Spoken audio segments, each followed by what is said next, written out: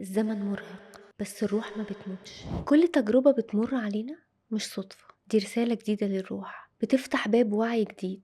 أنا دينا عامر، ودي رسالة جديدة من رسائل الروح.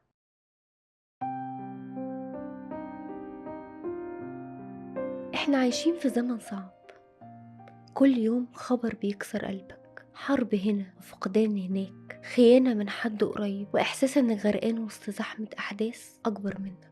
تحس فيها إن الروح تعبت وإنها مش لاقية راحة، وإن الزمن دلوقتي مش زي زمان.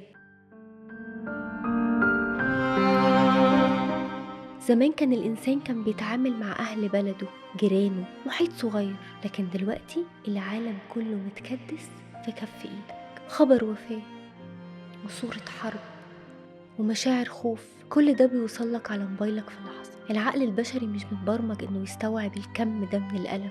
عشان كل ده جيلنا من أكتر الأجيال اللي بتعاني من القلق والاكتئاب والاحتراق النفسي. علم النفس بيقول إحنا في حالة احتراق نفسي جماعي، مش عشان ضعاف لأ، لكن عشان طاقتنا بقت محدودة. الجسد محتاج ينام، والقلب محتاج حضن، والروح محتاجة سكون. واحنا للأسف بنضغط على التلاتة لحد ما بننهار. بس الحقيقة اللي لازم نفتكرها إن الروح ما بتموتش، بتتعب بتصرخ أكيد، بتتشرخ ممكن، لكن تموت لا، لأن الروح مش ملكنا. الروح نفخة من ربنا قال ونفخت فيه من روحي، يعني جواك شيء إلهي أقوى من أي تعب أو ضغط.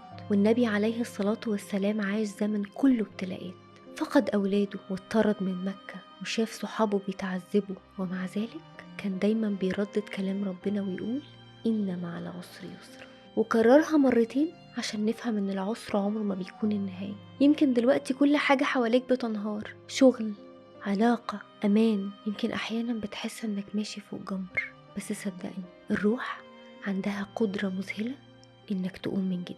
عارف ليه؟ لأنها متصلة دايما بربنا مش بالدنيا. الزمن مرهق بس الروح ما بتموتش، لأنها ببساطة جزء من نفخة ربنا.